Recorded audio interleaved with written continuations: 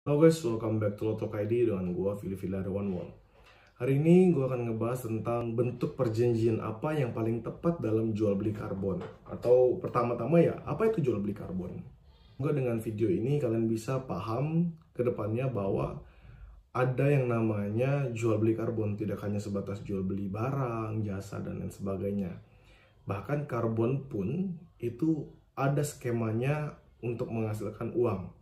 Siapa tahu ke depannya kalian ingin memanfaatkan ladang bisnis ini, atau kalian ingin melihat mengapa ada upaya-upaya atau proyek tertentu yang dilaksanakan oleh perusahaan-perusahaan migas atau perusahaan tambang, perusahaan-perusahaan yang menggunakan non-renewable energy itu dalam memanfaatkan karbon yang dihasilkan.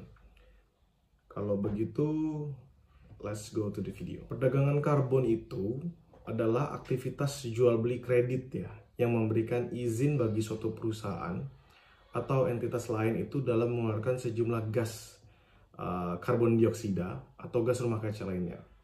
Nah, Indonesia sendiri itu untuk menjalani perdagangan karbon ini atau untuk menunjukkan komitmen terhadap jual beli karbon atau mengakomodasi pentingnya perdagangan karbon ini, sudah mengesahkan aturan mengenai perdagangan karbon itu dalam Peraturan Presiden Republik Indonesia Nomor 98 Tahun 2021 tentang penyelenggaraan nilai ekonomi karbon untuk pencapaian target kontribusi yang ditetapkan secara nasional dan pengendalian emisi gas rumah kaca dalam pembangunan nasional. Nah, lalu kita mulai bertanya-tanya bagaimana skema perdagangan karbon itu dan bentuk perjanjian seperti apa yang harus kita manfaatkan atau harus kita gunakan dalam jual beli karbon. Nah, jadi di pasal 48 ayat 1 di Perpres tadi itu menyatakan bahwa perdagangan karbon itu dapat dilakukan melalui perdagangan dalam negeri dan atau perdagangan luar negeri. Selain itu, unsur pokok dalam pelaksanaan perdagangan karbon tersebut antara lain ada beberapa unsur ya. Pertama itu mengenai mekanisme dan prosedur perdagangan emisi. Kedua itu mekanisme dan prosedur offset emisi GRK. Ketiga itu penggunaan pendapatan negara dari perdagangan karbon dalam negeri. Keempat itu mekanisme dan prosedur persetujuan dan pencatatan. Kelima itu bagi hasil perdagangan.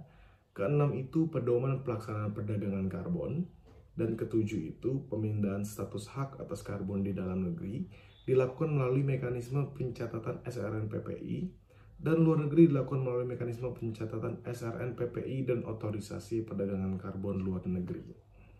Nah, pasal 53 di Perpres ini menjelaskan bahwa usaha dan atau kegiatan hasil capaian pengurangan emisi GRK dari aksi mitigasi perubahan iklim yang dilakukan berada di bawah dan di atas target dari baseline dilakukan pada saat 1.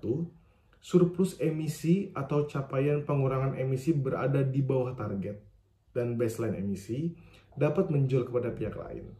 Dan defisit emisi atau capaian pengurangan emisinya itu berada di atas target dari di bawah baseline, maka dapat membeli dari pihak yang memiliki surplus. Jadi ini melihat bagaimana capaian suatu perusahaan itu untuk mengurangi emisinya. Semakin dia mampu mengurangi emisi dan berada di bawah target, maka surplus emisi tadi itu bisa dijual kepada pihak lain.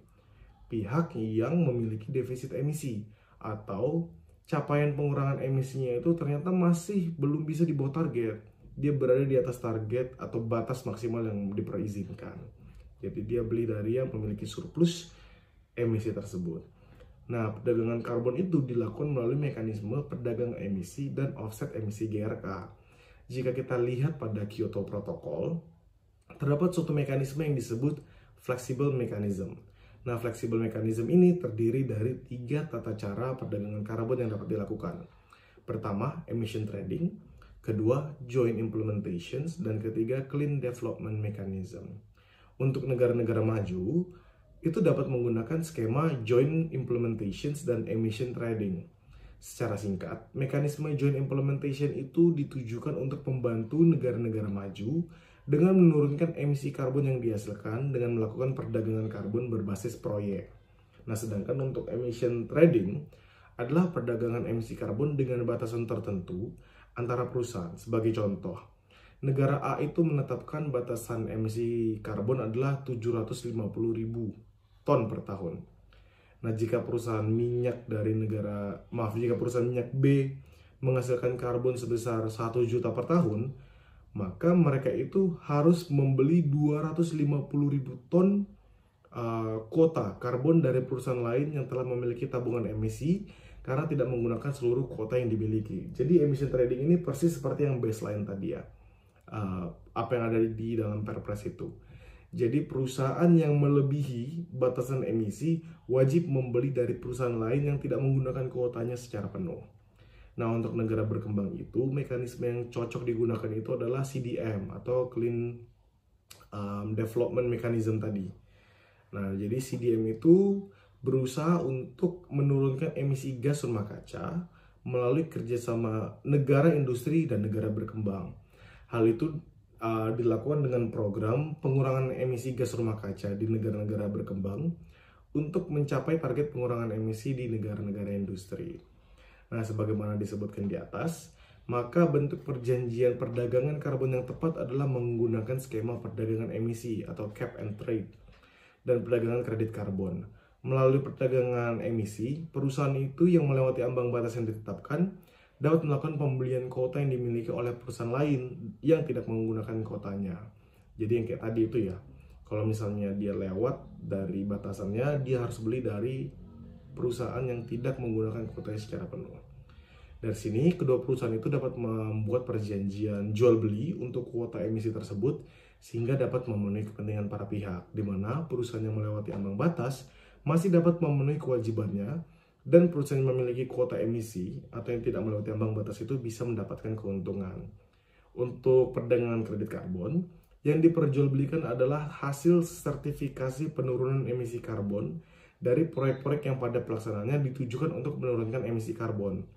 Umumnya itu 1 unit kredit karbon setara dengan 1 ton karbon. Nah, perusahaan itu dapat membuat perjanjian jual beli untuk sertifikasi penurunan emisi karbon tersebut sebagai suatu komoditi yang serupa dengan komoditi-komoditi lainnya. Namun kita perlu pahamin ya, kalau misalnya perdagangan karbon ini, carbon trade ini sudah menjadi perbincangan yang lama, udah 10 tahun yang lalu lah, udah mulai emerge. Dan sampai saat ini itu masih sulit untuk mengembangkan komitmennya dan melaksanakan implementasinya. Jadi kita lihat saja, yang penting sekarang itu adalah sudah jelas nih kalau ada peraturan yang mengakomodasi kepentingan tersebut. Tinggal kita lihat bagaimana nanti dilaksanakan di lapangannya. Kalau kalian punya pertanyaan mengenai perdagangan karbon, emisi karbon seperti ini, kalian bisa share di kolom komentar. Kalau aku bisa menjawab, akan aku jawab. Oke? Thank you and see you in the next video.